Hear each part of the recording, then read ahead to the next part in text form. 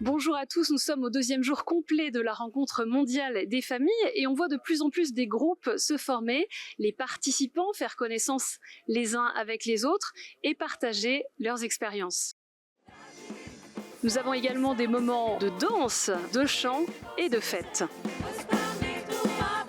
Il est aussi question des épreuves, des difficultés que peuvent traverser les familles et je suis avec Étienne et Béatrice de la délégation belge et membres des équipes Notre-Dame. Alors qu'est-ce qui vous a marqué et touché dans ces conférences d'hier ? Oui, nous avons été très touchés par les 3 témoignages de couples qui nous ont émus par leur vérité, par leur authenticité, par la fragilité des couples qui étaient présentés. Moi aussi, ce qui m'a touchée, c'est cette authenticité. Ce ne sont pas des donneurs de leçons, ce sont des témoins authentiques. Et ce que j'ai retenu, c'est quelques pistes de prévention de crise et quelques pistes de retrouvailles, on va les appeler comme ça, en sachant qu'une crise, mais souvent c'est le début d'un nouveau départ, d'une nouvelle dynamique, et en soi ça peut être positif. Comme piste de prévention, ce qui a retenu mon attention, c'est l'importance des habitudes, des rituels dans les familles. Donc c'est simplement prendre un repas tous ensemble, c'est jouer ensemble, c'est parler ensemble, c'est prier ensemble. Ce sont des choses qui, à l'heure actuelle, ne sont plus si évidentes que ça, parce qu'on n'a pas le temps, parce qu'on est pressé. Et voilà. Alors, dans les pistes de retrouvailles, ce qui a été mis en avant, c'est l'importance du pardon. Et le pardon qui demande beaucoup d'humilité, qui est une démarche de mise à nu et qui est en fait le début d'un processus de retrouvailles. Retrouvailles étant une association qui accompagne les couples en difficulté. Il y avait une autre association, Myriam Solitude, qui nous vient du Canada, qui a fait une très belle présentation. Et c'était une femme abandonnée qui s'est retrouvée au centre de multiples conversations avec des autres femmes abandonnées, qui a fondé une communauté de vie qui aide les personnes à passer de la tristesse à la joie. Je vous propose d'écouter un extrait de ce que nous a dit la Québécoise Danielle Bourgeois. Comment guérir le cœur blessé des mères de famille qui étaient découragées en constatant la souffrance de leurs tout jeunes enfants qui ne cessaient de mendier le retour de leur papa. Comment faire? J'étais dépassée par leur souffrance. Mais Dieu pouvait les guérir. Alors, au fur et à mesure de nos rencontres, une fois par semaine, j'ai commencé à prier avec elles. Nous avons partagé ensemble la parole de Dieu. Et Dieu m'a toujours, dans sa bonté, permis qu'il y ait des prêtres pour m'aider. Alors, c'est à travers le sacrement du pardon qu'elles sont venues à perdre leur agressivité, leur rancune. C'est normal, quand on est tellement blessé, d'en vouloir à l'autre. Mais Jésus guérit les cœurs blessés. Et l'Eucharistie leur redonnait la force, le courage. Après quelques semaines à peine, je les ai vus refleurir.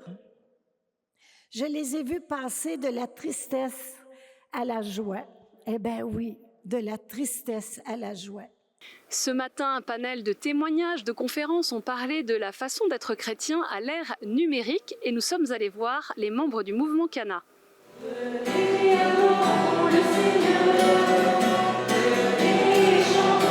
38 couples de la mission Cana, venus de 24 pays du monde, sont présents à Rome du 21 au 26 juin, en parallèle de la 10e rencontre mondiale des familles. Guillaume et Sandrine Hautebourg y ont donné une conférence revenant sur les parcours en ligne qu'ils ont créés pendant la crise sanitaire. Ça nous a permis de développer des propositions numériques pour rejoindre les couples directement dans leur quotidien, pour pouvoir prendre du temps pour leur couple dans une période où le couple et la famille étaient un peu malmenés par l'isolement.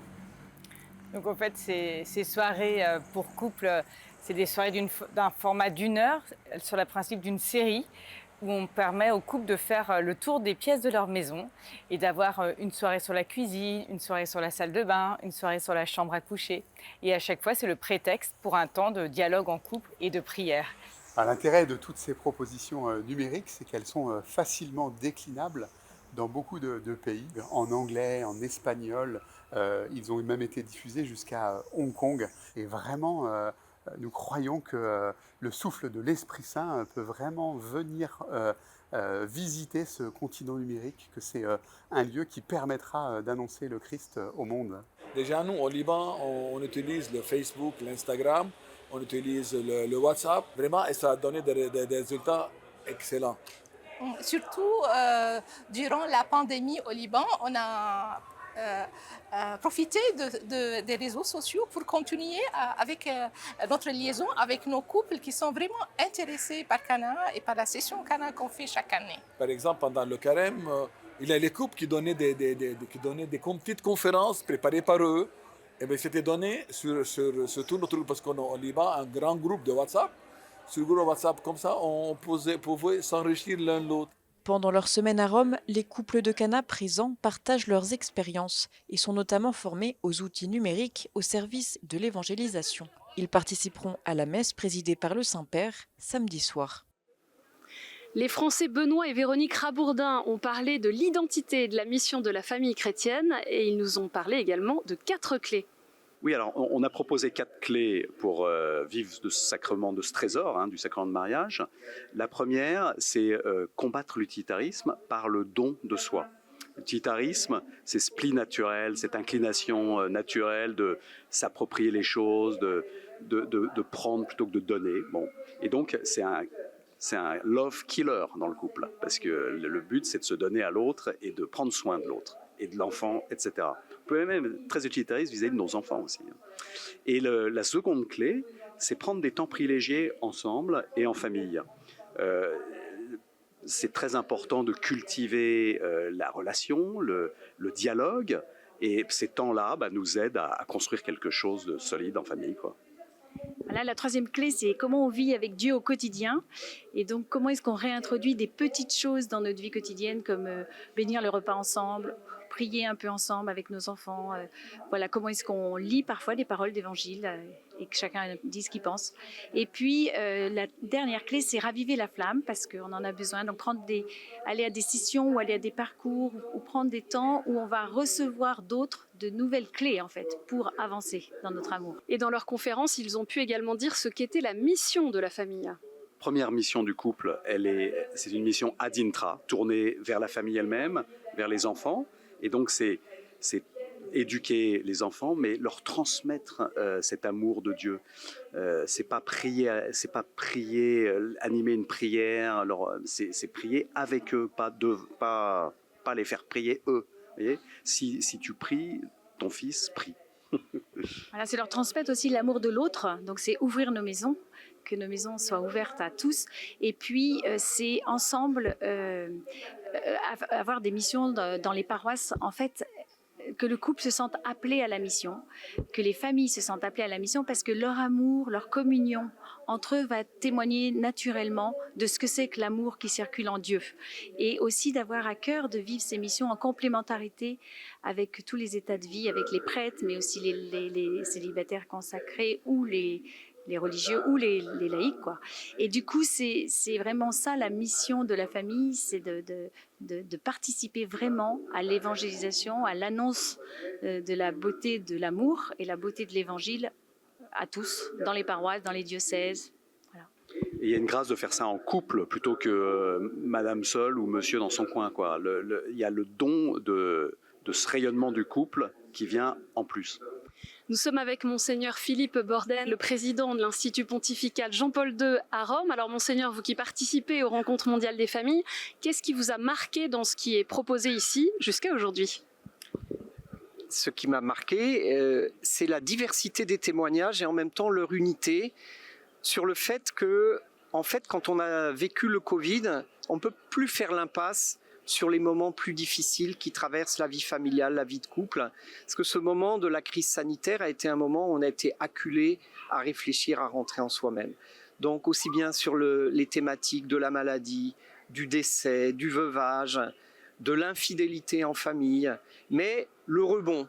Comment est-ce qu'on peut vivre après une période extrêmement difficile avec un enfant qui est remonté vers la maison du père? Comment est-ce qu'on peut vivre après une infidélité dans un couple?